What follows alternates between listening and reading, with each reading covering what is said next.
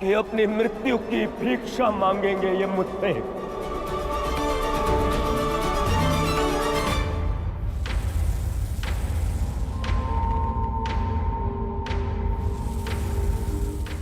मित्रगण, वचन दो मुझे,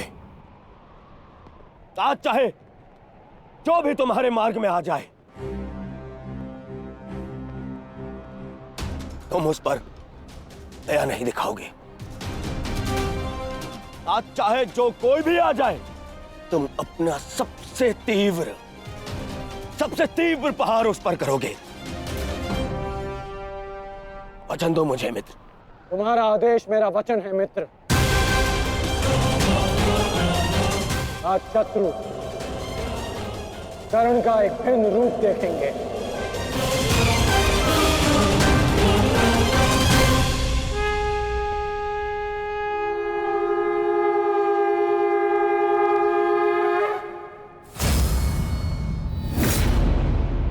आक्रमण! आक्रमण! आक्रमण! आक्रमण!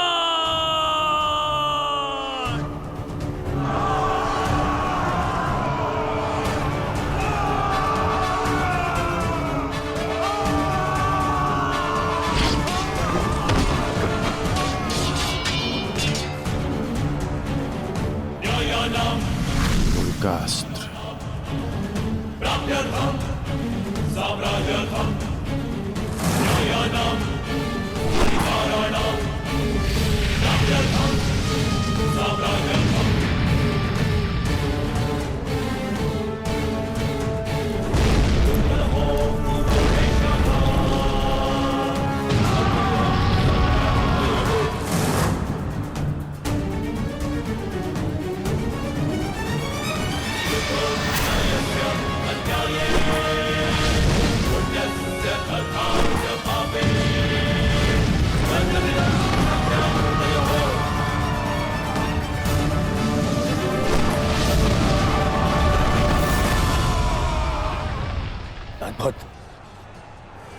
अद्भुत मित्रगण,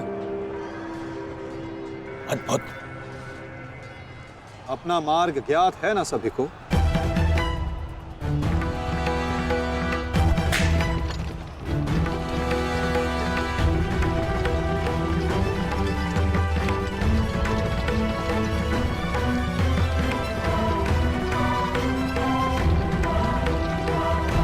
ये क्या कह रहे हो संजय? युधिष्ठिर सेना के पिछले भाग की ओर बढ़ रहा है।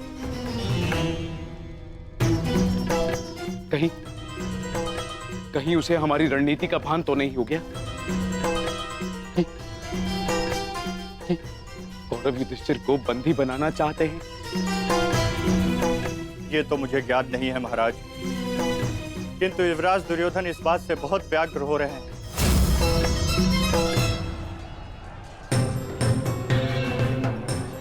अवश्य इन पांडवों को हमारी रणनीति का ज्ञात है,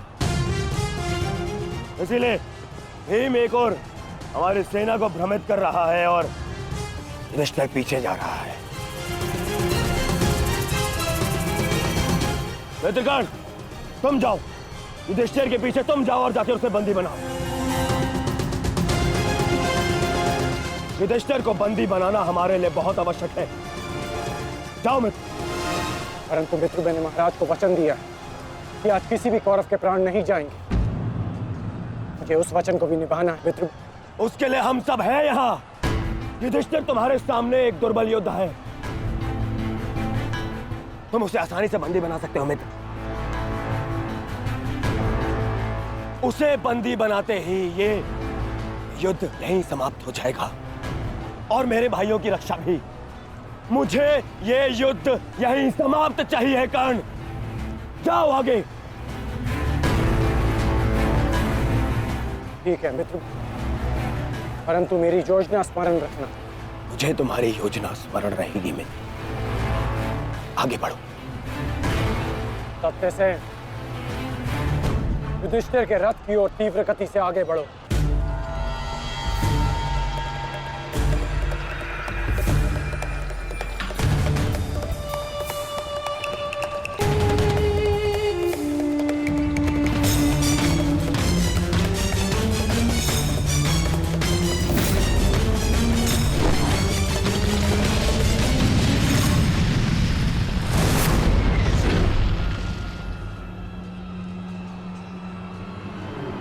योद्धा शत्रु की ओर आगे बढ़ता है, उससे पीछे नहीं भागता। मैं तुम्हें युद्ध का आह्वान देता हूं कौंतेय।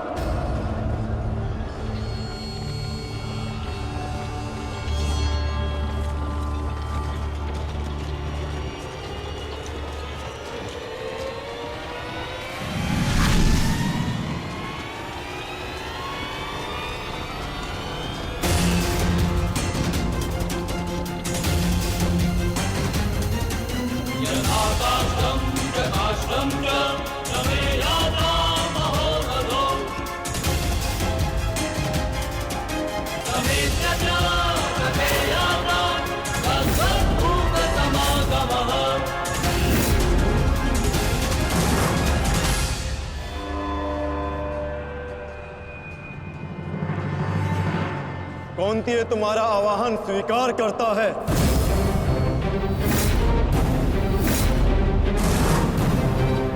छल, आपने मेरे साथ छल किया माधव। नहीं अंगराज, छल नहीं, ये रणनीति है।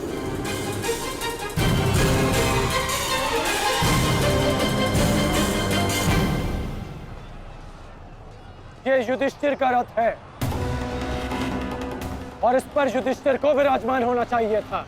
वो तुम्हारी भूल है अंगराज, क्योंकि तुमने रथ को नहीं, रथी को युद्ध के लिए ललकारा है। और तुमने युधिष्ठिर को नहीं, कौंतेय को ललकारा है, युद्ध का आवाहन दिया, और उसने तुम्हारे इस युद्ध के आवाहन को स्वीकार किया है कर्ण। तुम सदैव मुझसे द्वंद्व करने का अवसर ढूंढते रहे हो कर्ण। समय आ गया है, अब दिखाओ कि तुम कितने समर्थवान और कुशल योद्धा हो। अपना आवाहन पूर्ण करो मुझसे, और वहां भ्राता भीम अपनी प्रतिज्ञा पूर्ण करेंगे।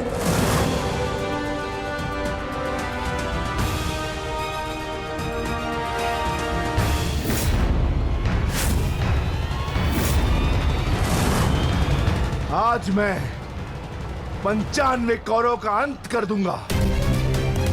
पांचाली को दिया हुआ वचन और कुरु सभा में ली हुई प्रतिज्ञा आज दोनों ही पूर्ण हो जाएंगे।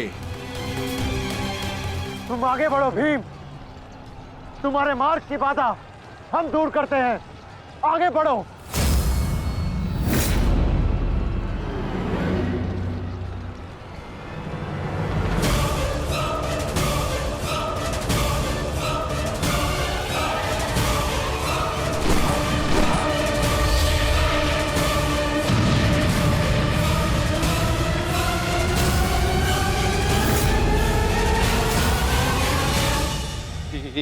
ये क्या कह रहे हो संजय? वहां वासुदेव ने काट से कर्ण को फंसा दिया और यहाँ भीम हमारे व्यू में प्रवेश कर चुका है। शेष तीनों पांडव उसके पीछे हैं। अब कौन बचाएगा मेरे पुत्रों के प्राण? कौन करेगा उनकी रक्षा?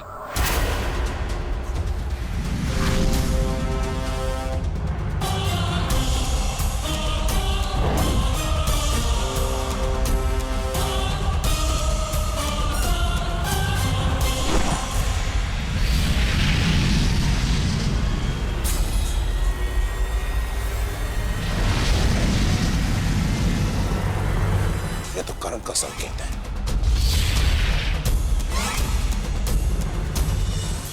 तुम कोई भी संकेत दे लो कर्ण, तुम्हारी सहायता के लिए यहां कोई नहीं आ पाएगा, और ना ही मैं तुम्हें कौरवों की रक्षा करने के लिए यहां से जाने दूंगा।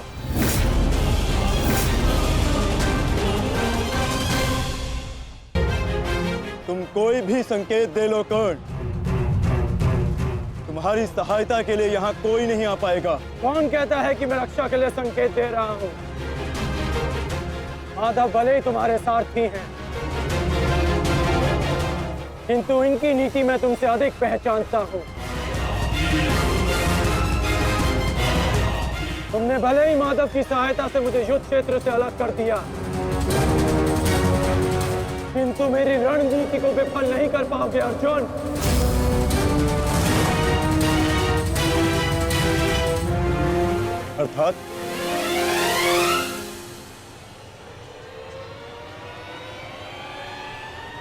अर्थात मैं तुम्हारी रणनीति में नहीं, तुम मेरी रणनीति में फंसे हो अर्जुन। तुमने मुझे कौरवों से अलग नहीं किया, बल्कि मैंने तुम्हें पांडवों की सहायता से विमुख कर डाला।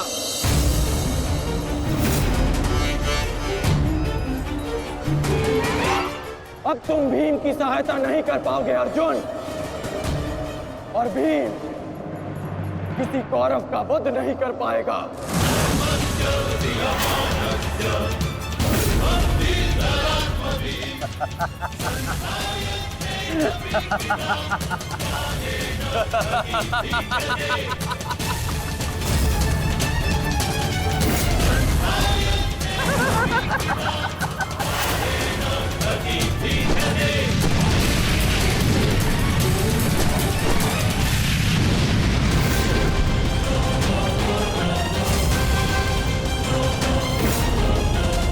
हमारा काल बनकर आए थे मूर्ख भीम, परंतु आज तुम स्वयं अपने काल के जाल में फंस गए। प्रिय भ्राता भीम, अकेले ही 100 कौरवों का वध करने की शपथ ली है ना तुमने? तो अब देखते हैं कि इस शपथ को पूर्ण करने का सामर्थ्य तुम्हें है भी या नहीं। प्रतिज्ञा पूर्ण करना चाहते थे ना गदाधारी? इस प्रतिज्ञा को पूर्ण करने के लिए तुम्हें अब अगला जन्म लेना होगा, क्योंकि इस जन्म में तुम्हें मरना होगा गदाधारी।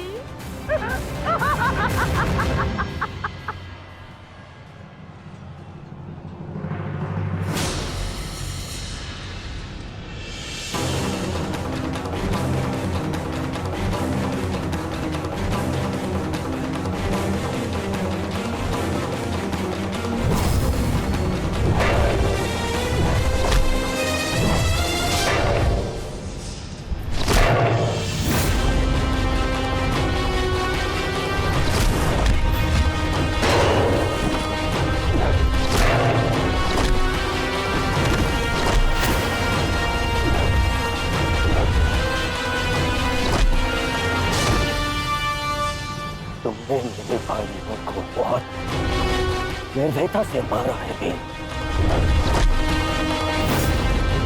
आज मैं तुम्हारे नाम से उनका तर्पण करूंगा।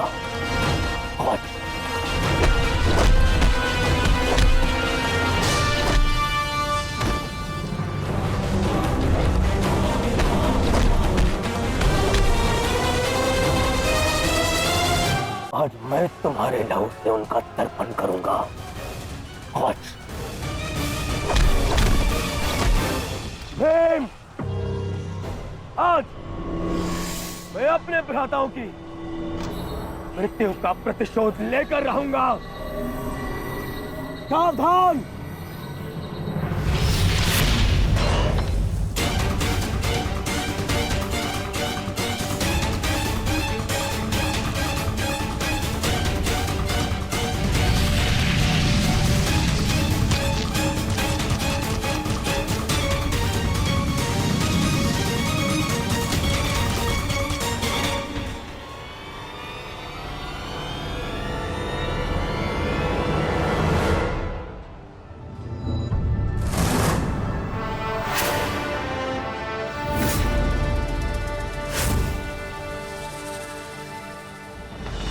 आपका प्रतिशोध पूर्ण हो ना हो, परंतु मेरा प्रतिकार आज अवश्य पूर्ण होगा।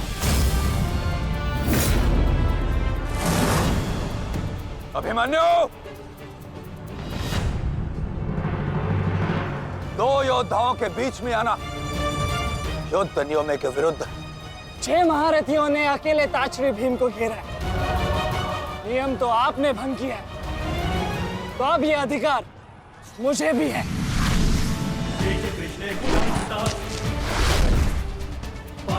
अभिमन्यु!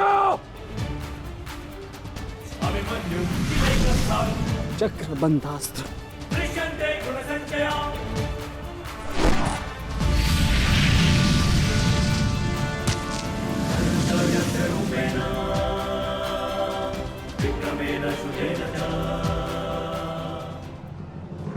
अभिमन्यु, तुम भूल रहे हो मैं तुम्हारे पिता के आचार्य का पुत्र हूं। चक्र बांध अस्त्र का तोड़ मैं जानता हूं। चक्र विपरीत अस्त्र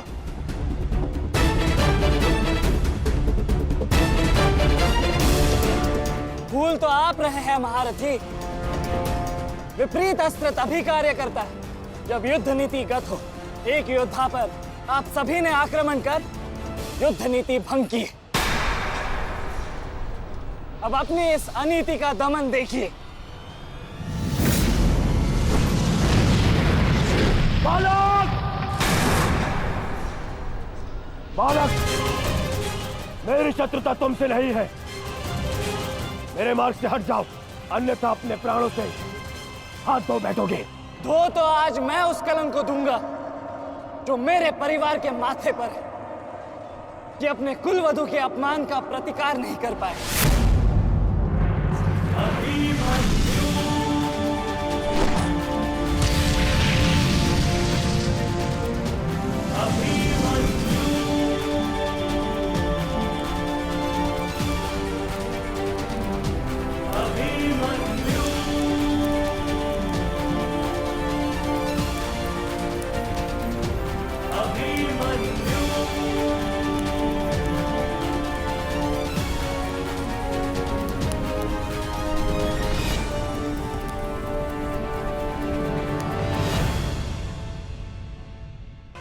मेरी शत्रुता तुमसे नहीं है। मेरे मार्ग से हट जाओ, अन्यथा अपने प्राणों से हाथ धो बैठोगे। धो तो आज मैं उस कलंक को दूंगा जो मेरे परिवार के माथे पर है, कि अपने कुलवधु के अपमान का प्रतिकार नहीं कर पाए।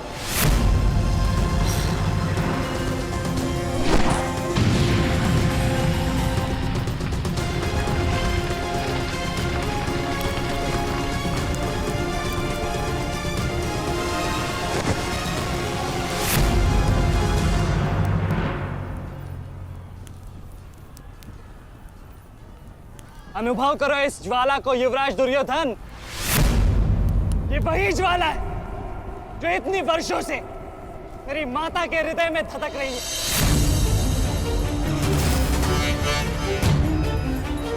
छोटा था मैं बहुत, पर मेरा रोम रोम जल उठता था ये सुनकर कि मेरी माता के साथ क्या हुआ। सोचो मेरे माता पिता और मेरे काकाओं पर क्या बीती होगी जब उन्होंने वह दृश्य देखा।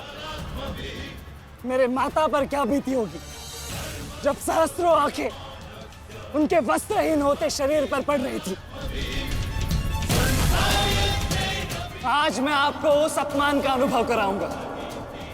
आपकी पूरी सेना और महारथियों के समक्ष आपका वस्त्र हरण करूंगा और कोई कुछ नहीं कर पाएगा।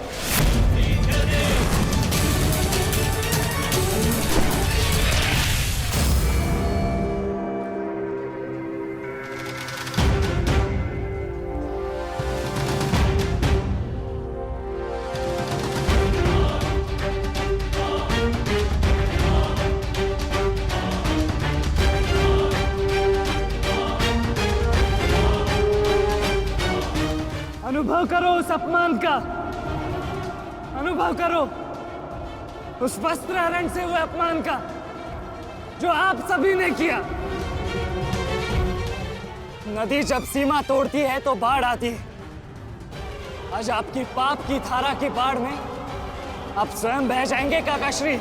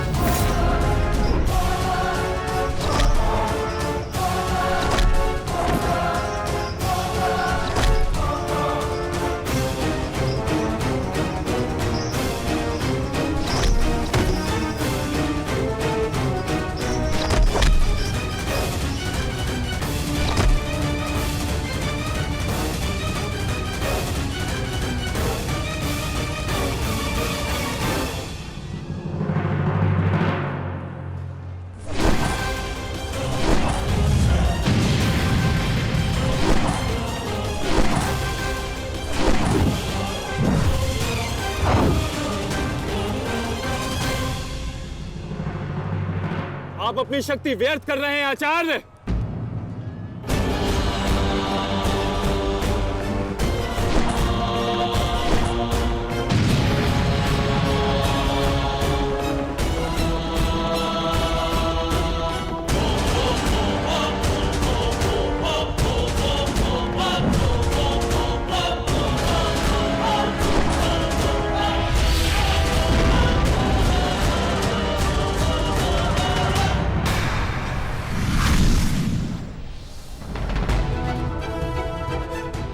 दुर्योधन को मेरी सहायता की आवश्यकता है। चलो सत्यसेन।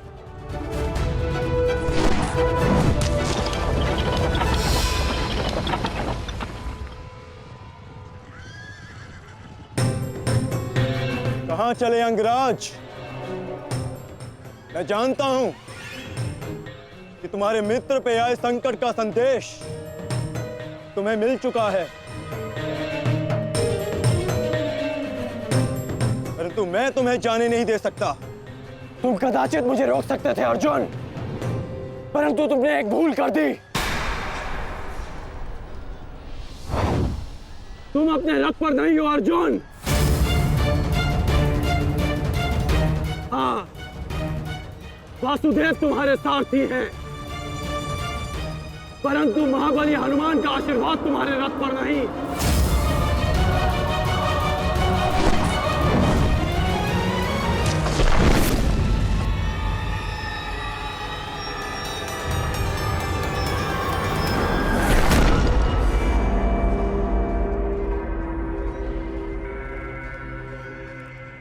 चलो। मैं अभी भी पराजित नहीं हुआ हूं कर्ण। तुम इस प्रकार द्रोण छोड़कर नहीं जा सकते।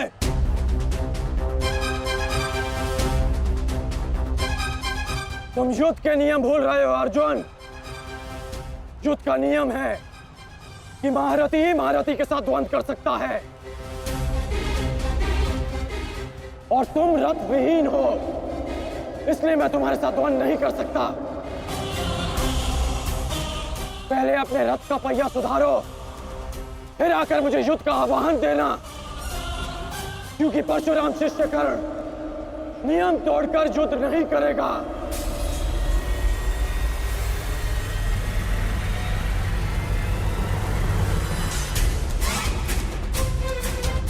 चलो सत्यसेन।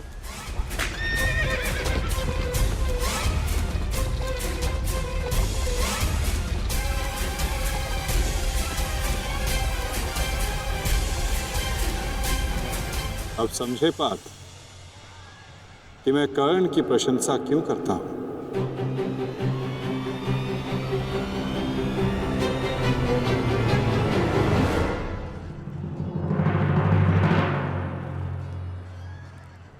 मानता हूं कि आपका वध करना काकाश्री की प्रतिज्ञा थी। उनकी प्रतिज्ञा को भंग करने का दंड मैं सह लूंगा, परंतु आज अपनी माता के अपमान का दंड मैं आपको अवश्य दूंगा।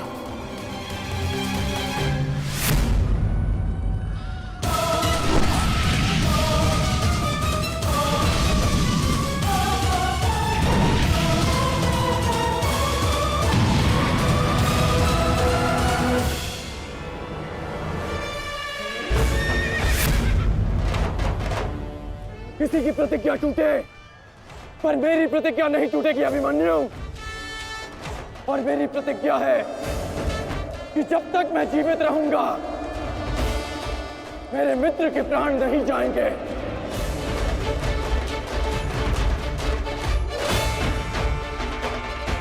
यदि जीवित रहना चाहते हो तो पीछे हट जाओ अभिमन्यु। आप भूल रहे हैं अंगराज कि मैं किसका पुत्र हूं। पीछे हटने के बारे में सोच भी नहीं सकता। तो प्रहार सहने के लिए तत्पर रहो।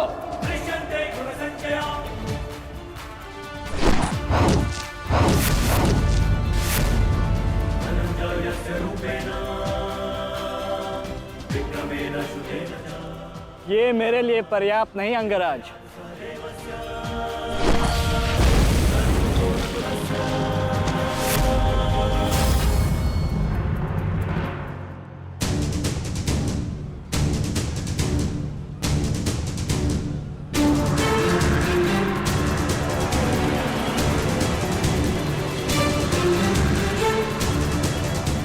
तुम्हारे पास बाणों की कमी है और ना प्रहारों की। ये अंतिम अवसर है अभिमन्यु, लौट जाओ।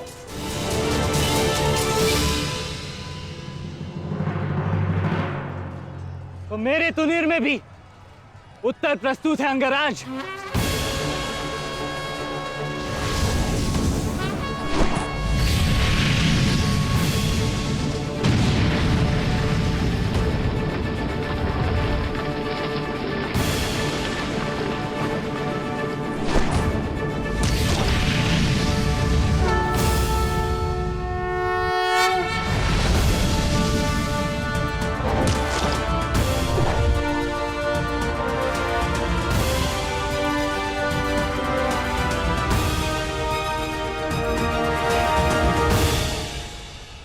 मैं तुम्हारा सामर्थ्य स्वीकारता हूं।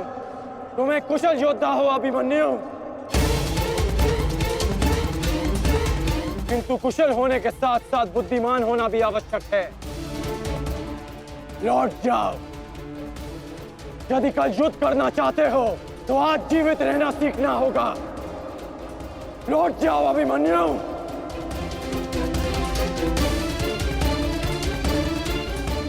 एक योद्धा के लिए आज या कल नहीं होता अंगराज।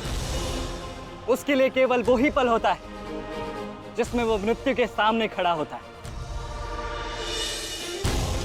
एक वीर योद्धा से सुना था मैं, हे मृत्यु, तैयार यदि तू आने को, प्रसन्न मुखा।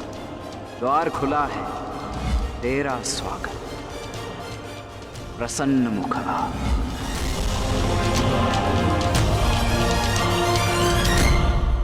मुझे रोकने का अब केवल एक ही अस्त्र है आपके पास।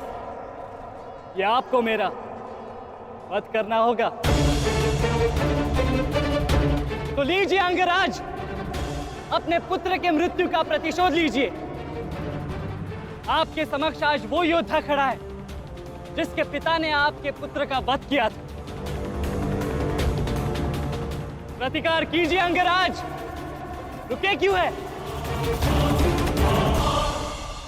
क्योंकि जो पीड़ा मैंने सही, मैं नहीं चाहता कि वो पीड़ा मेरा शत्रु भी सहे। कृष्ण ने अपना विकल्प स्वयं चुना था। वो रणभूमि छोड़कर जा सकता था, परंतु उसने मृत्यु चुनी। गर्व है मुझे तुम जैसे युवा योद्धाओं पर, जो अपना कर्तव्य पूर्ण करने के लिए सदैव तत्पर रहते हैं। मैं जानता हूं कि तुम पीछे नहीं हटने वाले अभिमन्यु, परंतु मुझे भी अपना कर्तव्य पूर्ण करना है।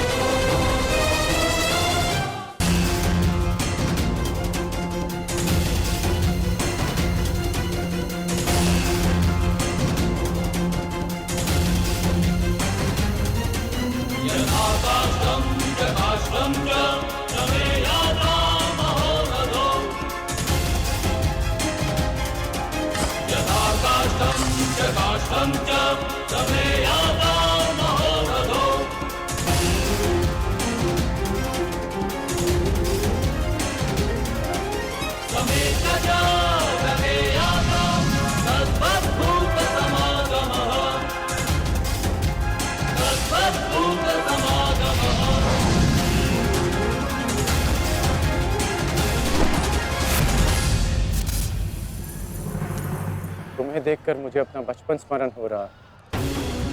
अभी तुम्हारा जीवन आरंभ हुआ है। इसे इस प्रकार व्यर्थ मत करो। मैं आशा करता हूं कि अगली बार जब हम दोनों मिले तो दो शत्रुओं के भांति नहीं, दो वीरों के भांति एक दूसरे के गले में। अभी तुम्हारा जीवन शेष है। जाओ वत्स।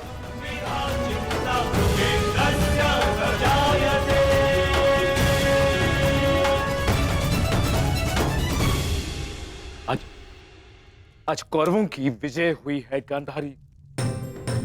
पांडवों की एक अक्षुणी सेना को ध्वंस कर दिया है हमने आज। भीम हमारे एक भी पुत्र को क्षति नहीं पहुंचा पाया, एक भी।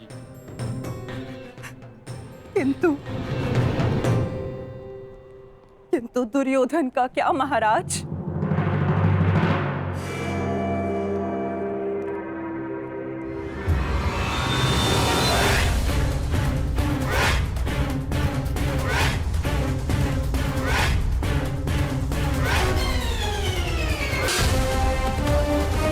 मित्र,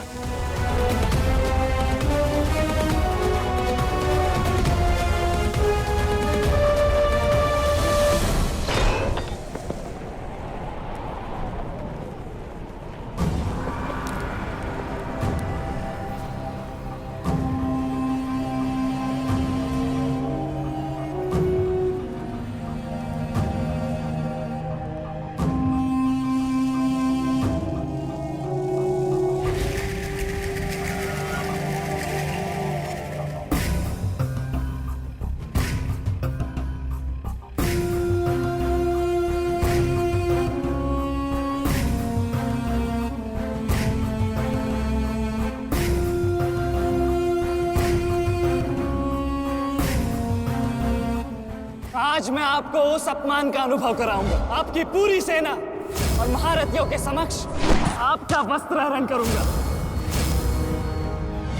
परंतु आज अपनी माता के अपमान का दंड मैं आपको अवश्य दूंगा।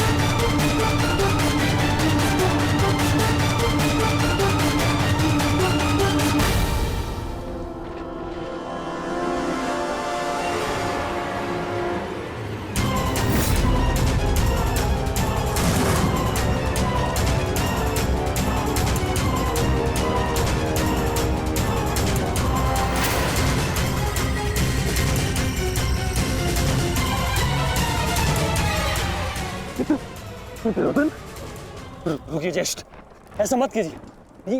ये क्या कर रहे हैं आप? दुर्योधन, दुर्योधन, ये सब कुछ क्या है? आज के इस युद्ध में हमें विजय मिली है, फिर ये सब कुछ क्यों कर रहे हो तुम? ऐसी विजय जो अपमान की थाली में सजा कर मिले, ऐसी विजय से श्रेयस्कर है कि मृत्यु को पालूं। मेरे जीवन में कभी मेरा इतना अपमान नहीं हुआ है। अब इस जीवन का और कोई मूल्य नहीं।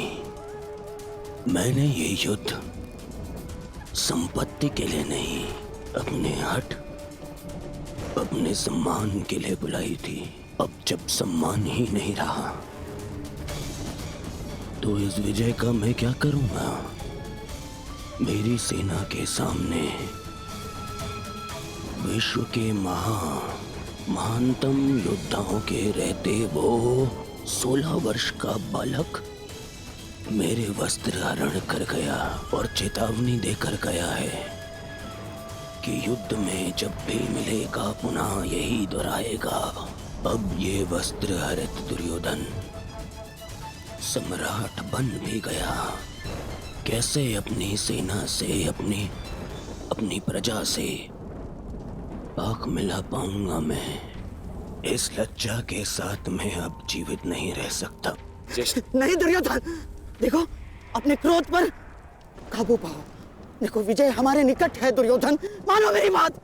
छोड़िए मुझे मामाश्री, छोड़िए मुझे, अन्यथा इस अग्नि में मैं अपने आप से पहले आपकी आहुति दे दूंगा।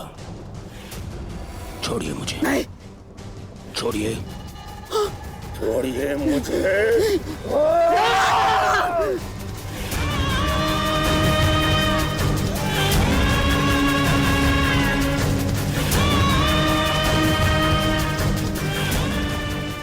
नहीं नहीं दुर्योधन,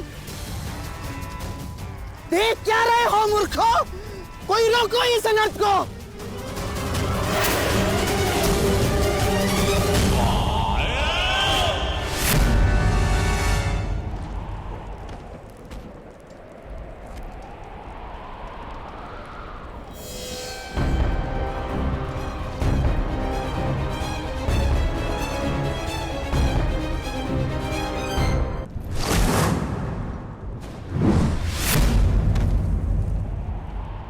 ठहर जाओ मित्र।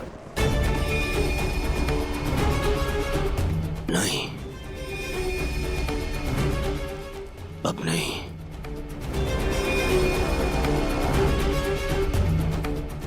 क्रोध में विवेक मत खो बैठा। जो अपना सम्मान खो चुका हो, उसके पास खोने को और क्या शेष है? ले लेने देते उस अभिमन्यु को मेरे प्राण, वीर गति तो मिलती।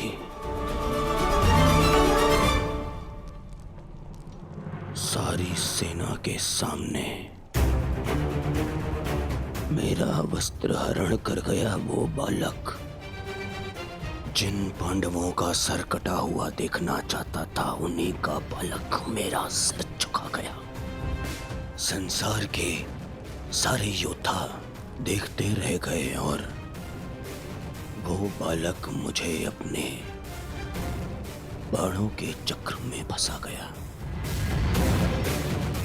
मैं ये अपमान सहन नहीं कर सकता। क्या करूंगा जीवित रह गए जब संसार के सामने शीश उठाकर चल भी नहीं सकता मैं। इसीलिए अब मैं अग्नि स्नान करूंगा।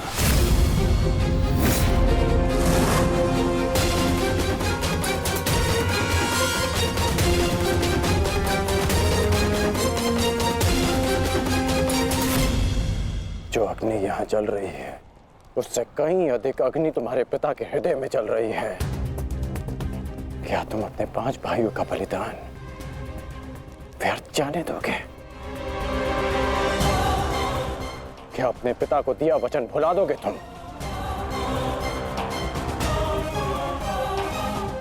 अपने चारों ओर देखो मित्र, क्या ये सब व्यर्थ ही अपने प्राणों के साथ खेल रहे हैं?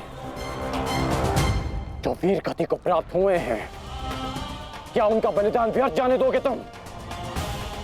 तुम्हारे अनुज, तुम्हारे मामाश्री, तुम्हारे गुरुदेव, ये सब तुम्हारे सम्मान, तुम्हारे अधिकार के लिए लड़ रहे हैं, और तुम अपने कर्तव्य से मुंह मोड़ना चाहते हो।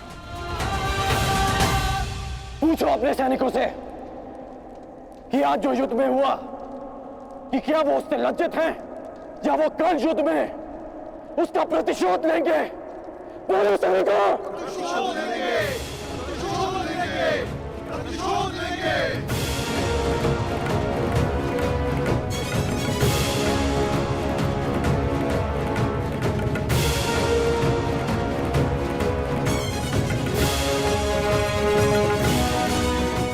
इन सैनिकों का सम्मान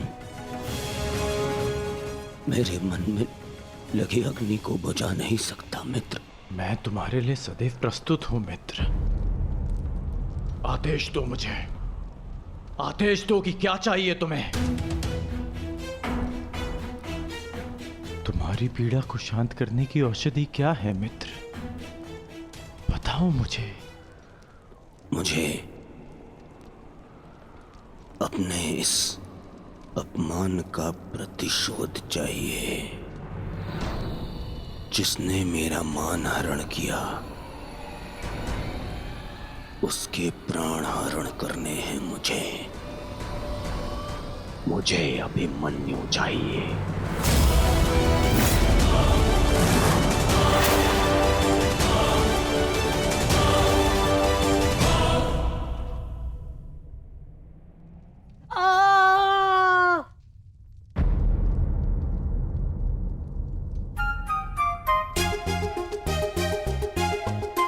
बहुत पीड़ा हो रही है ना इन्हें। पीड़ा? अभी तक मैंने इसके घाव को छुआ भी नहीं है। अभिमन्यु तुम्हें सताने के लिए उपक्रम कर रहा है उत्तरा। बहुत बुरे हैं आप। और तुम बहुत डरपोक। एक योद्धा की पत्नी के मन में इतना भय शोभा नहीं देता उत्तरा। ये घाव हमारे लिए आभूषण होता है।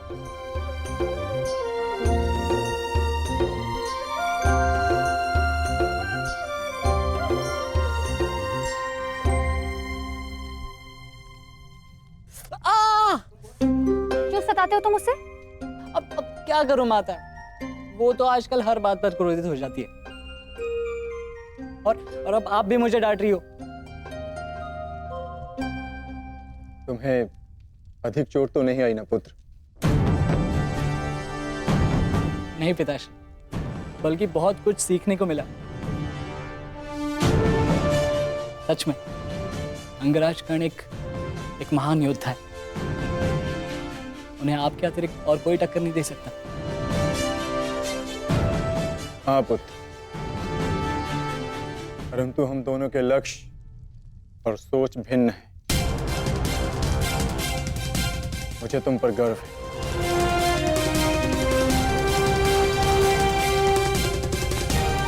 गर्व तो होना ही चाहिए। आज अभिमन्यु ने दुर्योधन को उचित उत्तर दिया।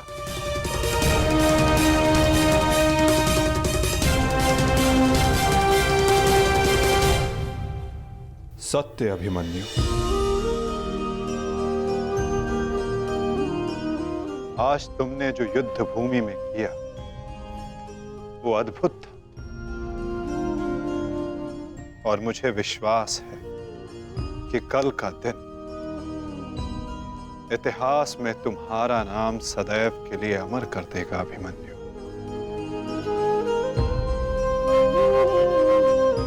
इतिहास से पूर्व मेरे पुत्र ने अपनी छवि मेरे मन में अमर कर दी है। 14 वर्षों के पश्चात आज पहली बार मन को एक शीतलता पहुंची कि मेरे पुत्र ने मेरे साथ हुए अपमान और अत्याचार का भान उस दुर्योधन को करवाया। मेरी आत्मा को जैसे एक वस्त्र का संबल मिल गया। इसके लिए मैं सदैव के लिए अभिमन्यु की ऋणी रहूं। जीवन तो पल पल में है सखी। जिस पल को जी लो वही जीवन होता है। आज तुम प्रसन्न हो, जी लो सखी। आज का दिन जी लो। कल का दिन तो अभिमन्यु के जीवन का अंतिम दिन होना चाहिए। और स्मरण रहे, सरल मृत्यु नहीं देनी है उसे। मृत्यु आने की पीड़ा का आभास कराना है। और जब तक वो भूमि पर रेंगता हुआ दया की भीख ना मांगे, मृत्यु नहीं आनी चाहिए उसे। वो मृत्यु मांगेगा और मैं हर पल उसे मृत्यु और जीवन के बीच में झुलाऊंगा मैं उसे। असंभव युवराज। जब तक युद्ध भूमि में पांडव उपस्थित हैं तब तक अभिमन्यु तक पहुंचना असंभव होगा।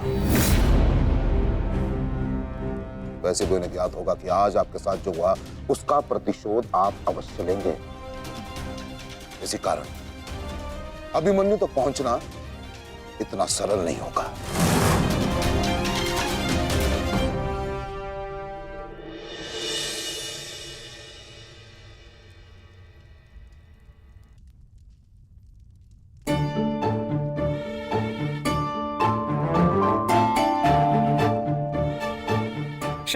क्षमा कर दो, भूल हो गई बस।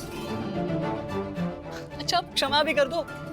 जिसने युवराज दुर्योधन का मस्तक झुका दिया वो आज तुम्हारे समक्ष सर झुकाए मना रहा है तुम्हें। देखो, किसी ने मुझे इस प्रकार सर झुकाए देख लिया ना तो मेरा बहुत उपहास उड़ाया जाएगा।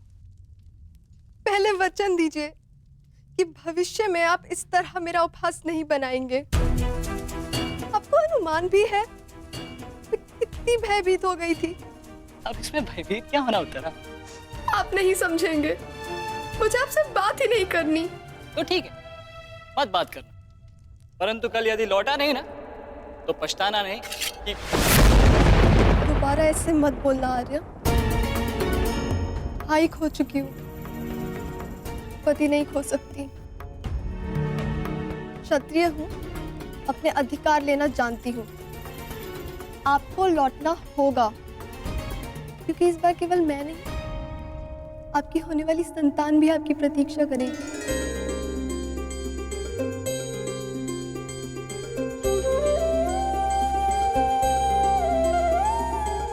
सत्य उत्तरा?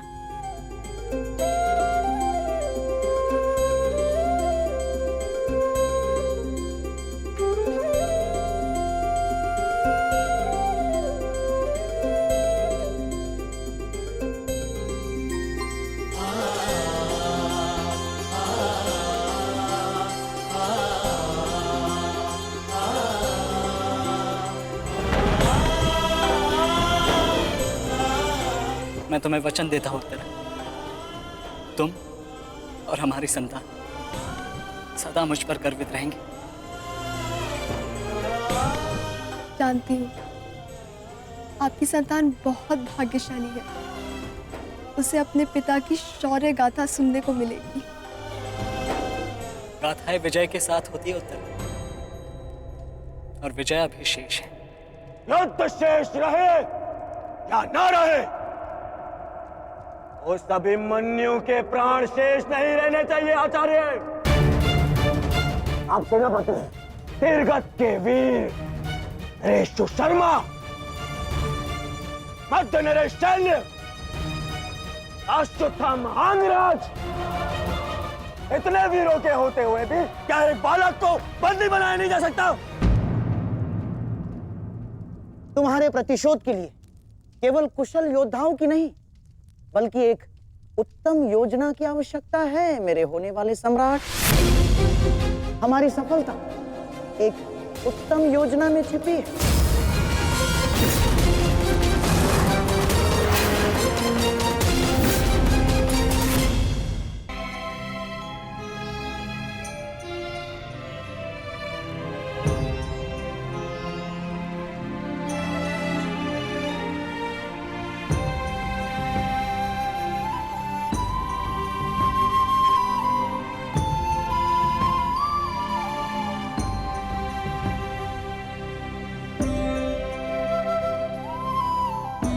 ऐसा क्या है जो आप चाहकर भी मुझसे नहीं कह पा रहे हैं सखा?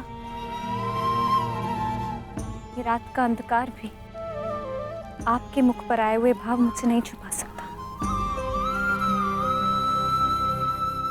रात्रि के बाद दिन आता है सखी, उसी प्रकार जीवन के पश्चात मृत्यु आती है, सुख के बाद दुख आता है,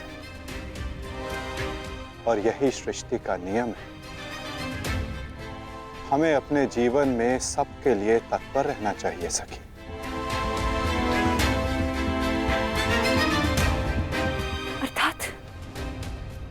अर्थात जो मेरा भय है, क्या वो सच होने वाला है माधव? क्या कल पांडवों के साथ कुछ अनिष्ट होने वाला है?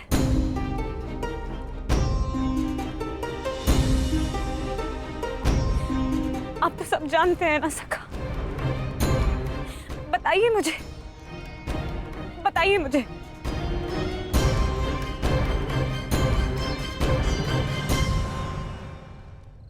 कभी कभी भविष्य का ज्ञान होना भी दुख का कारण बन सकता है सखी। यदि समय के अनुसार मनुष्य को सत्य का ज्ञान हो तो वो स्वयं को संभाल सकता है। और आज तुम्हारी प्रसन्नता का दिन है सखी। आज तुम्हारे पुत्र ने तुम्हारे अपमान का प्रतिकार किया है। जाओ सखी, जाकर सो जाओ, क्योंकि जीवन की हर रात्रि सदैव सोने के लिए नहीं होती।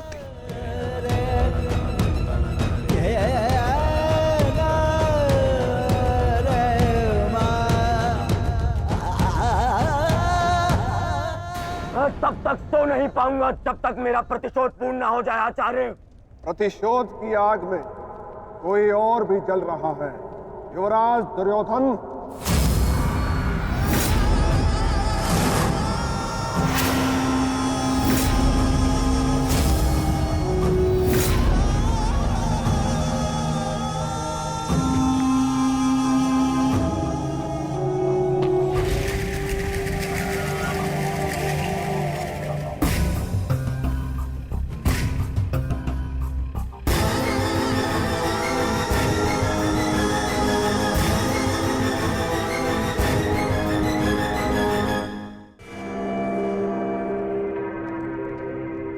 माता श्री सिंधु नरेश जयद्रथ।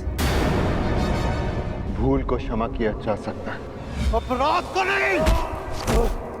इस सम्मान के पश्चात मछली बचा तो ऐसा भयंकर प्रतिशोध होगा कि तुम पांचों की आत्मा कांप उठेगी। प्रतिशोध लूंगा। कल तुम्हारे साथ साथ मेरा प्रतिशोध भी पूर्ण होगा और मैं सम्मान सहित तुम्हारी बहन दुशला को अपना मुख दिखा सकूंगा।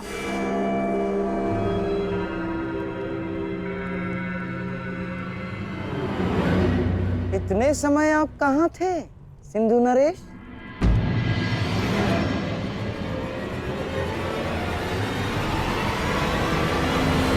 अपने अपमान के प्रतिशोध का प्रबंध कर रहा था।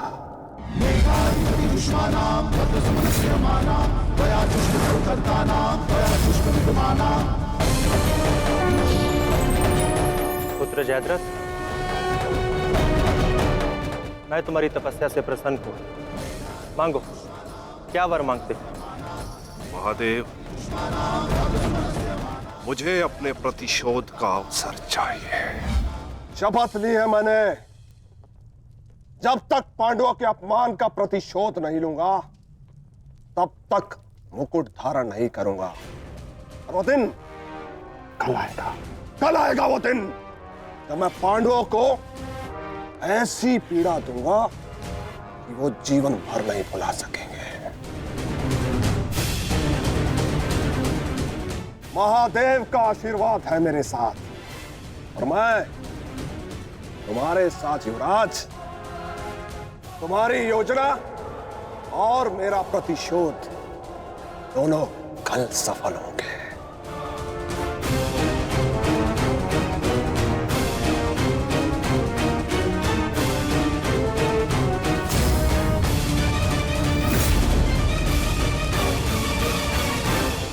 हर हर महादेव, हर हर महादेव।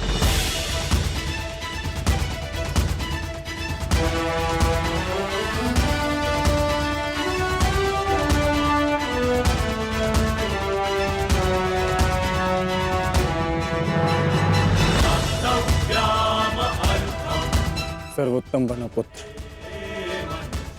संसार के सभी योद्धाओं में तुम्हें सबसे अधिक कीर्ति प्राप्त हो।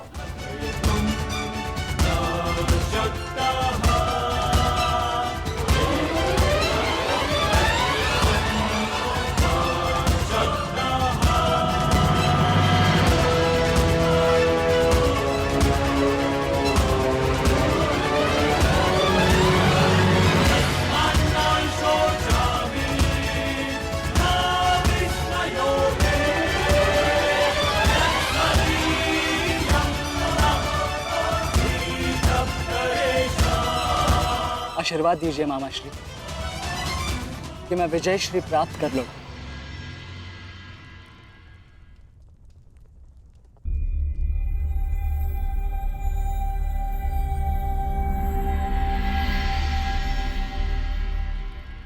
विजय तो कायरों को भी प्राप्त होती है पुत्र,